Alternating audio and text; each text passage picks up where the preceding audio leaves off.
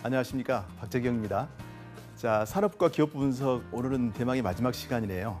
오늘 여러분들하고 살펴볼 내용들은 기업 분석 지금까지 여러 가지의 것들을 이제 조사를 했는데 이거를 어떻게 유효적절하게 활용 가능한 정보로 재탄생시킬 것인가, 이 분야에 대해서 같이 한번 고민해 보도록 하겠습니다.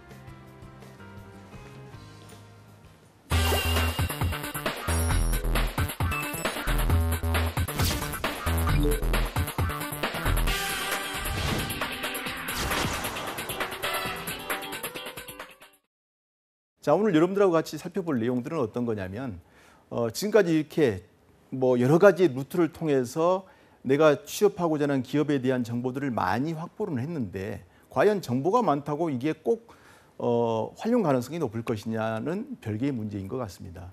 우리 속담에 그런 거 있죠. 구슬이 서말이라도 꿰어야 보배다, 이런 말이 있습니다.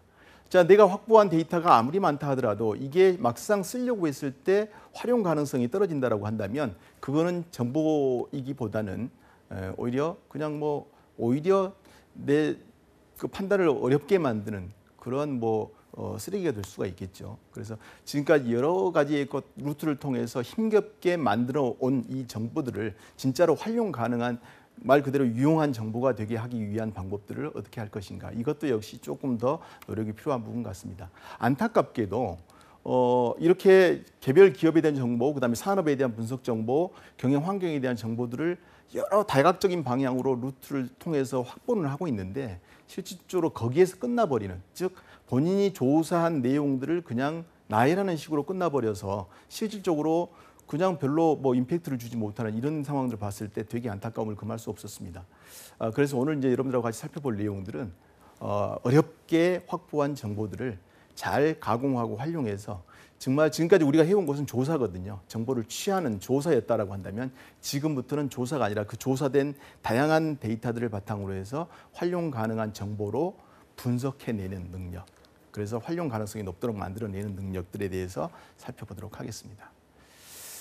자, 가끔 가다가 취준생들이 이런 얘기를 합니다. 그래요, 조사도 좋고 분석도 다 좋은데 지금 얘기해 주신 대로 정보를 활용하려고 하다 보면 진짜 많은 시간이 들어가는데 어떻게 지금 공채 시즌이 막 터져 나오는데 어떻게 이런 정보들을 이렇게 시간 많이 투자해서 한단 말입니까? 그러면 우리가 쓸 수 있는 곳이 한계가 있는 거 아니에요? 이런 말씀들을 하십니다. 물론 일리가 있어요. 그러나 우리가 양적인 부분으로 승부를 해야 꼭 성공의 가능성이 높아질 것인가, 이거를 한번 고민해 볼 필요가 있습니다. 그래서 이 기업 분석을 디테일하게 해야 되고 또 조사와 분석이 이렇게 또 이 과정이 구분돼서 해야 된다라고 하는 전제 조건은 뭐냐 하면 묻지마 지원을 했을 때는 절대적으로 불가능합니다. 첫 번째, 묻지마 지원이 아니라 내가 정말 가고 싶은 이 목표로 하는 기업들을 미리 정해놓고 그거에 대해서 아주 압축적으로 역량을 결집시키는 것이 필요하고요. 그래야 그런 지원이 오히려 성공의 가능성도 높인다라는 것을 말씀을 드릴 수가 있겠고요. 또 한 가지는 이 기업 분석도 사실은요, 처음에 하기가 어렵지 두 번, 세 번 반복이 되고 아까 보셨던 것처럼 몇 가지의 사이트나 이런 것들의 도움을 받고 특히 이것들을 즐겨찾기 해놓게 되면 개별 기업 변화가 되면 그것만 변화시켜서 이렇게 정보를 취하는 것이 훨씬 시간이 단축되고 손쉽게 갈 수 있다는 얘기입니다. 그래서 처음에 이거를 한번 시도해 보기가 어렵지 여기에 여러분들이 드리는 시간 결코 헛되지 않을 것이라는 것을 말씀을 드리면서 시작해 보도록 할게요. 그래서 첫 번째 우리가 기업 분석을 할 때 첫 번째 과정이 뭐였냐면 경영 환경에 대한 분석들을 했었습니다. 그래서 기업 분석의 여러 가지 데이터들, 경제신문을 활용하는 데이터, 그다음에 인터넷 홈페이지를 활용한 데이터들 여러 가지가 많을 텐데 우리 기업을 둘러싸고 있는 경영 환경이 어떻게 변화가 되고 있는가, 거시적인 관점, 미시적인 관점 여러 가지 것들을 이렇게 직접 한번 나열을 해보는 것들이 필요하죠. 근데 당해년도만 끝날 것이 아니라 추이를 보기 위해서 몇 년치의 과거 자료까지 같이 몽뚱그려서 볼 수가 있죠. 근데 여러분들 한번 보시겠어요? 기업의 자산 총액, 부채 총액, 그다음에 부채 비율 이런 것들 아까 보셨던 것처럼 어렵게 찾기가 어려운 것이 아닙니다. 그래서 그런 정보들을 갖다가 직접 한번 놓고 이제 실질적으로 나의 눈으로 여기에서 어떤 특별한 뭔가의 정보가 있는가, 활용 가능한 정보가 있는가를 뽑아내기 위해서 이런 데이터로 한번 직접 옮겨보는 것들도 필요하겠죠. 주가 변동추이 아까 말씀드렸습니다. 자, 이 기업이 얼마만큼 가치를 인정받고 있는가, 그다음에 앞으로 영속적인 어떤 발전의 가능성을 갖고 있는가는 사실은 개별 주가에 반영되는 경우가 많기 때문에 이 주가의 흐름이 연도별로 어떻게 추이를 겪어왔는가를 보는 것도 상당히 의미가 있죠. 이제 그런 것들을 좀 보실 수가 있고요. 그다음에 이 기업이 다른 같은 산업군 내에 속해 있는 다른 기업에 비해서 어떠한 경쟁 우위 요소를 갖고 있는가도 한번 우리가 살펴볼 필요가 있을 것 같습니다. 그래서 기업 조사를 통해서 확보된 데이터들을 정보로 활용하기 위한 분석이 이런 이제 단계부터 시작이 되는 것을 우리가 볼 수가 있고요.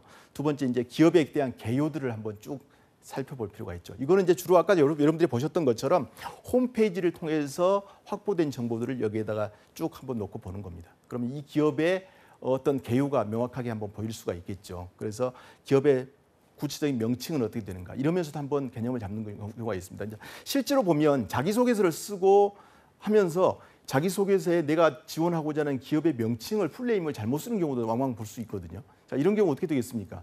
자, 수많은 지원자 중에서 일정 부분을 선발해야 되는데, 즉 뽑으려고 하는 인원에 비해서 지원하고자 하는 인원이 훨씬 많다고 하는 경우 어떻게 하겠습니까? 이런 부분에 실수가 도드라져 보이거든요. 그러면 이런 아주 기본적인 부분에서 실수를 한 지원자의 자소서 읽어보게 될까요?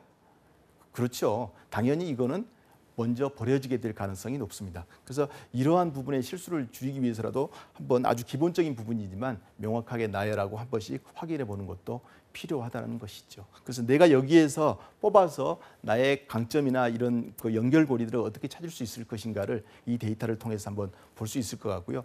특히 사업의 영역들, 이 기업이 어떤 부분에 사업을 집중을 하고 있는가, 그리고 이 집중된 사업의 아이템들이 향후에 지금 4차 산업혁명 시대라고 얘기하는데 이후의 미래에도 계속적으로 이 기업을 존속시키게 만드는 먹거리로서 작용할 수 있을 것인가, 아니면 뭔가 새로운 돌파구가 필요한 지금 사업의 포트폴리오인가, 이런 것들을 우리가 좀 살펴볼 필요가 있을 것 같습니다.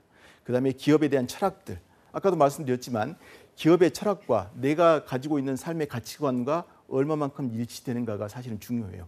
당장 우리가 이 회사에 입사를 하고 못하고도 중요할 수 있겠지만 더 중요한 것은 맞지 않아서 1년 만에 그만두고 나오는 것은 서로 간의 비극이 되는 거거든요. 그래서 정말로 내가 향후에 내 청춘을 바쳐서 이 회사와 함께 발전을 구가할 수 있는 그런 가치가 있는 기업인가, 이거를 꼭 살펴보기 위해서라도 기업에 대한 기본적인 가치, 그다음에 사회공헌 활동, 뭐 이런 것들을 살펴볼 필요가 있습니다.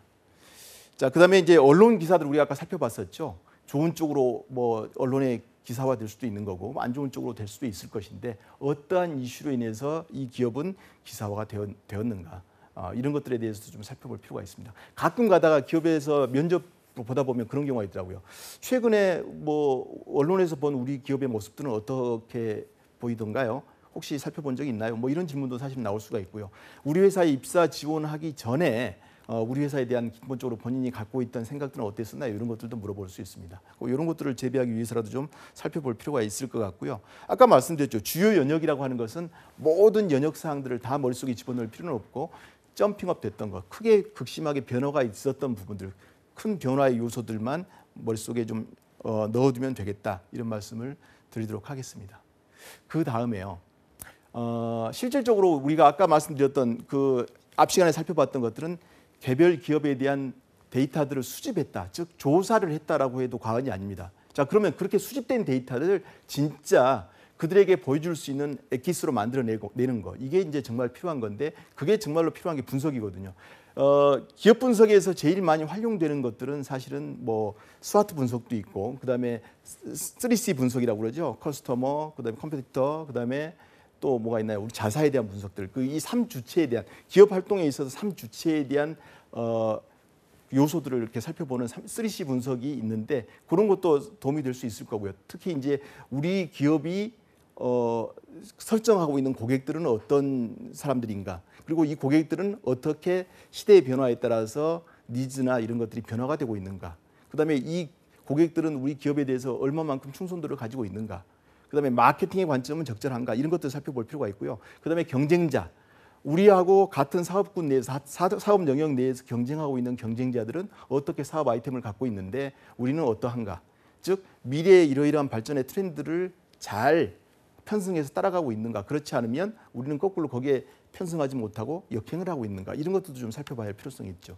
특히 또 특정 기업이 우리가 경쟁 관계에 있는 기업이 고객 관점에서 이러이러한 활동들을 하고 있는데 우리는 그거를 시도하지 못하고 있고 그로 인해서 고객들이 잠식당하고 있지는 않은가 이런 것들도 좀 살펴볼 필요가 있는 거고 여기에서 우리가 좀 만에 하나 내가 입사한다면 우리 기업에서 이런 것들을 개선하기 위해서 어떤 노력을 해보겠다, 이바지하겠다 이런 것들에 대한 요소들을 이를 통해서 뽑아낼 수도 있을 겁니다. 그다음에 이제 자사 분석을 통해서 우리 회사가 갖고 있는 강점과 약점 요소는 어떤 것들이 있는가 이런 것들을 살펴볼 필요가 있는데요. 사실은 이제 이 스와트 분석이 가장 많이 일반화되어 있는 부분입니다.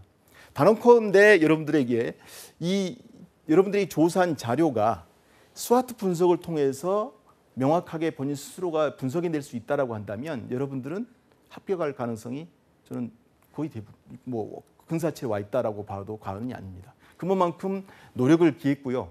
그만큼 우리 기업에 대해서 애정어린 시각을 갖고 분석하려고 노력을 했고 거기에서 뭔가 발전적인 대안을 찾아낼 수 있다라고 한다면 이런 사람이 사실은 채용이 되지 않으면 어떤 사람이 채용이 되겠습니까? 그만큼 정성이 필요한 거고 테크닉이 필요한 거거든요. 여기에 모든 우리의 직무상 필요한 역량들이 녹아 있다고 해도 과언이 아닙니다. 근데 안타깝게도 이 스와트 분석을 어딘가에서 자료를 차용해 오거나 이런 것들이 대부분이 본인이 실질적으로 직접 조사한 데이터들을 바탕으로 해서 뽑아내는 경우는 많이 보지 못했습니다. 사실은 크게 어려울 것이 없는 부분이거든요. 그래서 스와트 분석이라고 하는 건 이미 많이들 알고 있지만 조금 분석을 해보면 이런 것들이죠. 자, 내부적인 요소. 우리 기업이 내부적으로 갖고 있는 자체적인 역량 요소에 관련된 관점으로 강점과 약점이 있을 수 있을 것입니다. 그죠? 그래서 강점은 어떤 것들이 있고 약점은 상대적으로 어떤 부분이 있다. 이런 것들을 좀 살펴볼 필요가 있는 거고요. 그다음에 대외적인 요소. 그러니까 외부적인 요소로 봤을 때 우리가 다른 대외 경쟁적인 그 업체들하고 비교해 봤을 때 전체적인 외부 환경이 우리에게 기회 요인이 어떤 것들이 있는가. 그다음에 위험 요인이 어떤 것들이 있는가. 이런 것들을 좀 쭉 나열해 볼 필요가 있겠죠. 이를테면 이제 이게 내부 요인과 외부 요인이 분석이 되고 나면 그 다음부터 이제 여기서부터는 전략적인 접근이 필요하죠. 자, 우리 회사가 이러이러한 강점을 갖고 있는데 우리 회사가 지금 처해 있는 환경에 이러이러한 위험 요소가 있다. 그럼 어떻게 돼요? 강점을 활용해서 위험 요소를 타개할 전략을 찾아내면 되겠죠. 그래서 이런 것들이 구체화되어 있으면 이거를 믹스시켜서 새로운 발전적인 대안들을 마련할 수가 있을 겁니다. 또 반대로 외부적인 시장 상황에 기회가 있는데 우리에게 강점 요소가 이런 게 있다 그러면 이 기회 요인을 잘 캐치해서 우리의 발전을 이끌어가기 위한 견인 요소로 강점 요소를 활용할 수 있는 방법들이 있을 수 있겠죠. 그다음에 약점 요소가 있는데 기회 요인이 어떤 것들이 있는가를 활용해서 약점 요인을 보완할 수 있는 그런 방법으로 찾아도 될 수가 있겠죠. 그래서 유효적절하게 잘 매핑을 통해서 우리가 앞으로 가야 될 기업의 발전 방향을 뽑아낼 수 있는 그런 관점, 이런 자료로 활용이 될 수 있을 것입니다. 다시 한번 말씀드리지만 지금까지 조사했던 홈페이지가 됐던 그다음에 그 증권사 애널 이런 것들이 됐던 기타 등등 여러 가지의 루트를 통해서 정보들을 취했다라고 한다면 이거를 잘 활용해서 실질적으로 경영에 도움이 될 수 있는 내가 경영자라면 아니면 내가 직접 이 회사에 입사했다면 직무상의 관점에서 봤을 때 어떠한 것들을 재현할 수 있을 것인가 이런 것들을 뽑아낼 수 있는 이런 분석이 명확하게 될 수만 있다라고 한다면 이 사람은 100% 합격을 한다고 해도 과언이 아닐 것입니다. 잘 한번 생각해 보세요. 과거에는 이랬었습니다. 누군가가 정보를 찾아서 이 기업들이 내가 이 기업에 대해서 많이 알고 있다는 것들을 뽐내기 위해서들 기업 분석이 많이 이루어졌는데 지금은 조금 더 수준을 높여서 이런 수준까지 요구하고 있다는 거예요. 자, 만에 하나 당신이 우리 회사에 입사한다면 당신이 생각하고 있는 시급히 개선해야 될 문제점이 어떤 것들인데 이걸 어떤 식으로 개선할 수 있을까요? 이걸 한 가지를 물어보게 되면 정말로 이 사람이 묻지마 지원을 통해서 이 기업을 지원한 것인지 그렇지 않으면 정말로 심사숙고 고민해서 이 회사에서 뭔가 이바지하고 기여하기 위해서 이 회사를 선택한 것인지를 명확하게 볼 수 있지 않겠습니까? 그렇겠죠. 자, 그래서 기업에 대한 분석, 스와트 분석이 기업 분석의 최종적인 부분이다라고 볼 수 있을 것 같습니다. 그래서 이 분석 툴을 가지고 여러분들이 관련된 데이터를 집어넣어서 분석에 대한 결과물을 만들어낼 수 있고 거기에서 어떤 정책적인 대안들을 뽑아낼 수 있다라고 한다면 여러분들은 그만큼 자기의 역량을 크게 말하지 않아도 보여줄 수 있는 부분이다. 이렇게 생각해 볼 수 있을 것 같습니다. 그 다음에 인재상이 상당히 중요합니다. 어찌되었건 이 기업은 이러이러한 사람들을 뽑고자 한다는 걸 명시적으로 드러내놓은 거 있지 않습니까? 자, 그러면 이 인재상에 내가 부합된다라고 하는 것들을 최대한 기업의 관점에서 내가 보여줄 수 있어야 됩니다. 여기서 중요한 건 뭐냐면 내 관점이 아니고요. 기업의 인사 담당자 또는 기업에서 채용을 결정할 수 있는 권한을 가지고 있는 사람이 정말로 이 사람을 뽑을 수 있는 가치가 있는 사람인가를 확인할 수 있도록 그들의 관점에서 이해할 수 있도록 만들어서 보여줄 필요가 있다는 얘기입니다. 자, 그래서 중요한 게 어떤 거냐면요. 대부분의 지원자들이 인재상에 대해서는 잘 파악하고 있습니다. 왜냐하면 홈페이지나 이런 곳들에 다 나열이 되어 있으니까요. 그러나 안타깝게도 홈페이지에 나와 있는 사전적으로 정의되어 있는 그 내용을 그대로 옮겨 적는 경우가 많습니다. 그러다 보니까 이게 이 인재상이 부합된다라고 하는 근거를 내가 제시를 해줘야 되는데 내가 지금까지 살아오면서 경험했던 여러 가지 경험적인 요소들 중에서 역량으로 보여줄 만한 것들을 아주 딱 맞아떨어진 고리를 찾지를 못하는 경우가 대부분입니다. 그래서 제가 여러분들에게 강조를 드리고 싶은 건 어떤 거냐면 기업마다 인재상이라고 하는 단어를 하나씩 제시를 할 거고요. 이렇게 되어 있을 텐데 거기에 제시되어 있는 사전적인 정의를 말고 내가 생각하는 그 인재상이 부합되는 단어의 해석을 재해석해 내는 겁니다. 그래서 내가 생각할 때 책임감이라고 하는 것은 이러이러한 것이다. 사전에서는 뭐 어떻게 정의가 되어 있는데 내가 바라보는 관점은 이런 것이다. 내 나름대로의 재해석을 하게 되면 어떤 이점이 있느냐. 그 다음에 내가 가지고 있는 즉 인재상하고 부합된다는 것을 내가 보여줘야 되는데 내가 지금까지 살아오면서 경험했던 것들 그다음에 뭔가 노력했던 것들하고 연결시키기가 훨씬 쉬워진다는 얘기죠. 자연스럽게 그게 이어질 수가 있습니다. 그래서 보면 책임감이라고 하는 것들을 이 사람은 이렇게 정의를 했어요. 말 없이 자신의 역할을 완수해낼 수 있는 투철한 직업의식을 가진 사람이다라고 정의를 하고 있습니다. 항상 성실한 자세로서 주인의식 및 애사심을 발휘하는 사람, 이런 사람이라고 정의를 하고 있고 나는 살면서 이러한 경험을 했었는데 이게 내가 생각하는 책임감과 부합되는 요소다라고 어필을 하게 되는 거죠. 어떻습니까? 본인이 이 기업이 추구하고자 하는 인재상에 대해서 자기 나름대로 재정의를 하고 그 재정의된 내용이 자기의 경험치에서 아주 올바르게 뽑아져 나왔다라고 한다면 이것처럼 근거가 명확한 어필이 어디 있겠어요. 그래서 이런 것들을 좀 살펴보실 필요가 있겠습니다. 그래서 인재상이 부합되는 부분 중에서 자기만의 언어로 정의를 내려보는 것이 반드시 필요하고요. 거기에 따라서 본인이 지금까지 경험해왔던 경험 요소와 강점 요소들을 뽑아서 사례 중심으로 엮어주게 되면 그만큼 설득력이 높아지게 되고 인정받을 수 있는 가능성이 높아진다는 얘기입니다. 이거를 다시 한번 강조를 드리고 싶네요. 자, 지금까지 이렇게 분석되었던 내용들을 이제 하나로 모으는 겁니다.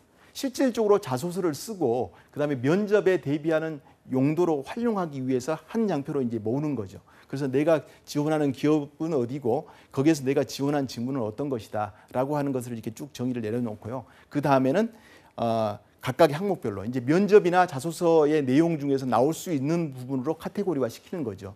대부분 보면 어떻습니까? 지금까지 뭐 일반 기업체들의 자소서를 보게 되면 어떤 식으로 구성이 되어 있죠? 처음에 입사 지원 동기가 나오죠. 그다음에 입사 후 포부가 나오게 되고, 그다음에 본인이 이제 이 회사에서 어떤 식의 역량 발휘를 할 수 있을 것인가 물어보기도 하고, 뭐 이제 그 이외에 나머지 세부적인 부분들이 나오기도 하죠. 또는 뭐 학창 시절이 나오기도 하고, 성장 과정이 나오기도 하고 이런 것들이 있는데 거기에 부합되는 항목별로 이렇게 좀 구분을 시켜보는 겁니다. 그래서 내가 왜 이 기업과 직무를 선택하게 됐는가? 그럼 어디서 뽑을 수 있을까요? 회사가 가고자 하는 사업의 방향도 한번 생각해 볼 수 있는 거고, 그다음에 아까 우리가 살펴봤던 기업의 경영 철학, 가치 이런 것들을 통해서 나의 가치관하고 어떻게 연결될 수 있을 것인가를 같이 한번 매핑해 보면 이것도 도움이 될 수 있겠죠. 그래서 여기에서 이제 그러한 내용들이 일치가 됐다 싶으면 거기에서 내가 뒷받침한 백업 자료로 쓸 수 있는 스토리를 뽑아내는 것들도 필요하죠. 그다음에 비전. 자, 기업의 비전은 이러한데 나의 비전은 어떻다. 이것도 역시 같이 일치를 시키는 그런 부분들이 될 수 있을 것 같고요. 그다음에 뭐 열정적인 요소, 역량에 관련된 요소. 특히 역량에 관련된 요소는 이 회사에서 이 직무에서 요구하는 요구 역량 대비해서 내가 가지고 있는 확보된 역량이 어느 정도다. 이런 것들을 잘 매칭을 시켜줄 수 있어야 되겠다는 얘기고, 역시 마찬가지로 나는 다양한 경험을 이러이러한 것들을 했다라고 나열하기보다는 특정 부분, 핵심에 해당되는 역량을 하나 뽑아서 그거를 집중적으로 내가 해왔던 그분하고 일치를 시킬 수 있도록 설명을 해주고 기술을 하는 것이 이것도 해봤고 저것도 해봤고 막 경험을 나열하는 것보다는 훨씬 더 효과적이다. 이런 것들을 다시 한번 강조를 드리고 싶습니다. 근데 여기서 스토리를 뽑아낸다고 하는 것이 사실 말처럼 쉽지가 않습니다. 대부분의 지원자들이 자기소개서를 쓰라고 그러면 이런 앞단의 절차들을 다 무시한 상태에서 바로 노트북 꺼내놓고 자판을 두들기면서 자소서를 작성하는 경우가 많은데, 우리 사람들은 항상 하는 실수가 있습니다. 기본적으로 뭐냐면요, 우리의 기억은 체계적으로 잘 정리가 되어 있다 하더라도 막상 필요한 시점이 되게 되면 어떻습니까? 가장 최근의 것들을 먼저 끌어오는 경향이 강합니다. 그래서 진짜 좋은 경험, 여기에 아주 그냥 탁 들어맞는 그런 경험치가 있음에도 불구하고 그런 것들을 실질적으로 유효적절하게 뽑아내지 못하는 그런 경우가 많거든요. 그래서 그러기 위해서는 일단 내가 가지고 있는 경험치의 요소들을 따로 그냥 뽑아내는, 지금 우리가 기업 분석을 했던 것처럼 나의 지금까지 살아오면서 경험했던 경험 역량에 대한 것들을 쭉 뽑아내는 그런 과정이 필요합니다. 저는 이제 현장에서 학생들을 지도하고 하면서는 참깨 털기라고 표현을 하는데요. 참깨를 말려가지고 툭 털어내는 것처럼 내가 가지고 있는 경험 요소들을 다 뽑아내는 겁니다. 그 다음에 각각의 요소별로 필요한 것들, 옥석을 가려내는 절차가 필요하고요. 그거를 가다듬어서 이런 식으로 경험에 대한 요소로 이 링크를 시키게 되면 이게 정말로 가독성이 높은 뽑히는 자소서 또는 면접 질문 답변으로 활용이 될 수 있다는 것을 말씀드리겠습니다. 여기까지 되게 되면 이제 면접에 대한 준비, 자기소개서에 대한 준비가 됐다고 해도 과언이 아닙니다. 왜 자소서에 대한 부분이고 특히 면접에 대한 부분이라고 말씀드릴 수 있냐면, 실질적으로 우리가 일선의 면접장에 가보게 되면 면접에서 주어지는 질문들이 공통적으로 회사에 따로 준비한 질문이 주어지기도 하지만, 면접이라고 하는 과정은 사실은 지원자들이 자기소개서에 밝히고 있던 내용들이 정확하게 팩트에 근접해서 맞는지에 대한 사실 여부를 확인하기 위한 절차입니다. 검증의 단계죠. 그렇기 때문에 자기소개서에 기술됐던 내용들을 확인하는 질문들이 많이 주어지게 되고요. 그런 점에서 이러한 과정을 거치는 것은 필수 불가결한 요소다. 필수적인 과정이다라고 말씀을 드릴 수 있을 것 같습니다. 자, 여기까지 이제 기업 분석에 대한 내용들을 말씀드렸고요. 이제 마지막으로는 우리 지원자들에게 제가 꼭 좀 드리고 싶은, 먼저 경험한 이쪽 분야에 종사하고 있는 사람으로서 여러분들이 공통적으로 꼭 좀 지키고 생활 속에서 실천해야 될 몇 가지의 부분들을 말씀드리고 이 차트를 마감 지으려고 합니다. 자, 우리는 세상 돌아가는 사정들을 접할 수 있는 루트들이 엄청나게 많습니다. 그중에 여러분들 아마 대부분 그러실걸요. 뭐 포털 사이트에 들어가서 이렇게 뭐 뉴스들이 쭉 나오죠. 그러면 그 머리 기사들을 보면서 이런 일이 있었구나. 요즘 이제 북핵에 관련된 문제가 해결 국면으로 접어들었구나. 대통령하고 북한의 최고 뭐 통치권자하고 만난다네. 이런 것들을 아실 수 있을 거예요. 그런데 이렇게 머리 기사로만 기사를 접하게 되면 어떻습니까? 그냥 그런 일이 있었구나라는 건 알 수가 있는데 디테일한 정보들을 알 수가 없어요. 특히 이게 토론이 된다라고 한다면 더더군다나 불가능하겠죠. 자, 근데 지금 현재 전형들은 엄청나게 다양화되어 있습니다. 특히 면접 같은 경우도 과거에는 질의응답식 이런 면접만 이루어졌었는데 지금은 어떻게 되죠? 지금은 그걸로 끝나는 게 아닙니다. 집단 토론식 면접이 되기도 하고요.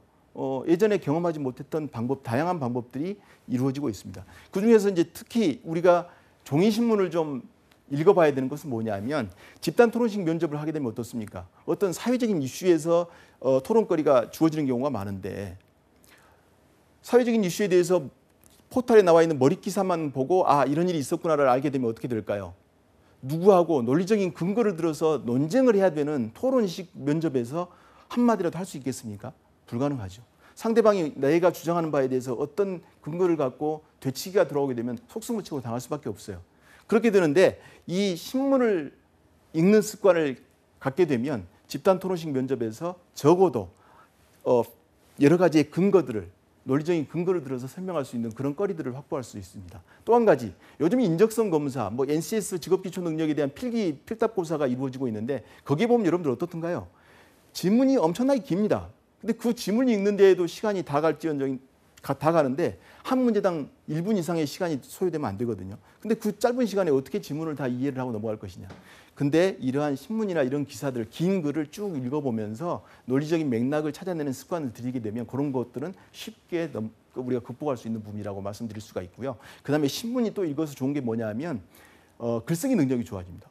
신문, 내가 신문 기자도 아닌데 무슨 글쓰기 능력이 좋아져? 그러실 수 있겠지만 실제로 신문 기사의 내용을 보게 되면 단문으로 짧게 짧은 호흡으로 글이 이루어지는 것들을 볼 수가 있습니다. 자기소개서의 내용도 이렇게 짧은 호흡으로 가게 되면 내가 주장하고자 하는 바가 명확하게 떨어지는 경우가 있거든요. 그래서 너무 길게 쓰는 것보다는 이런 문체들을 원용하는 것도 방법이 될 수 있겠다고 말씀드리고요. 그다음에 지원 기업에 대해서 집중적으로 연구가 필요한데 아까도 말씀드렸지만 너무 노출되어 있는, 공개되어 있는 정보들만을 취하지 마라. 왜냐하면 그거에서는 내가 나만의 차별성을 부각시키기가 어렵다는 얘기입니다. 그래서 제가 아까 말씀드렸죠. 직접 발품을 팔아보는 거. 그다음에 여기 지금 나와 있는 것처럼 인적 네트워크. 혹시 우리 선배들 중에서 이 기업에 먼저 가 있는 선배들이 있는가 이런 걸 통해서 조금 더 디테일하게 다른 사람이 접근하기 어려운 정보들을 접근할 수 있다면 그게 그만큼 나의 합격 가능성을 높일 수 있다. 이런 것들을 좀 말씀드리고 싶고요. 자, 인적 네트워크는 뭐 여러 가지가 있을 수 있습니다. 자, 그래서 혹시 나하고 연결을 지을 수 있는 사람이 어떤 사람이 더 좋습니다. 혹시 학교에 와서 강의를 해주셨던 취업 컨설턴트나 아니면 취업 담당 교수가 됐든 뭐 강사가 됐든 이분들과의 연결고리를 활용하는 것도 도움이 될 수 있을 것 같아요.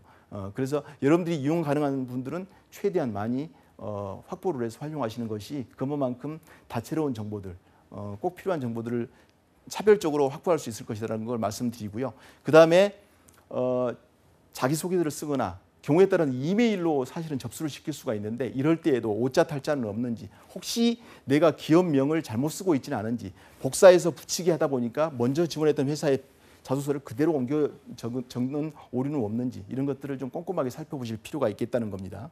그다음에 취업 준비생들한테는 시간은 자원입니다. 그래서 여러분들이 정말로 하루에 주어진 시간들을 알차게 활용하실 필요가 있는데 그러기 위해서는 반드시 하루의 시간 계획을 미리 세팅을 시켜놓고 시작하는 게 필요하고요. 혹시라도 내가 의도하지 않은 시간의 누수가 없는지를 반드시 살펴볼 필요가 있습니다. 이거를 꼭 좀 말씀드리고 싶습니다. 그다음에 마지막으로 한마디 말씀드리고 싶은 것은 경우에 따라서는 자소서를 제출을 했는데 성공한 경우도 있고 실패한 경우도 있어요. 특히 면접을 갔다 왔는데 어떤 경우에는 합격하는 경우도 있고 불합격하는 경우도 있습니다. 물론 불합격하는 경우가 더 많을 수도 있겠습니다. 그런데 불합격했으니까 아이씨 오늘 불합격했네 기분 나빠라고 끝날 것이 아니라 왜, 뭐 때문에 혹시 내가 오늘 했던 것 중에서 부족한 부분이 뭐였는가를 미리 검토해보고 다시 한번 분석해보는 그런 시간 그리고 이것만 고치면 다음에 합격할 수 있겠지라고 스스로 에너지를 북돋을 수 있는 그런 과정이 반드시 필수적이라고 하는 부분이죠. 이런 노력들이 부가적으로 기울어졌을 때 성공 취업은 그만큼 가까이 있다고 할 수 있을 것 같습니다.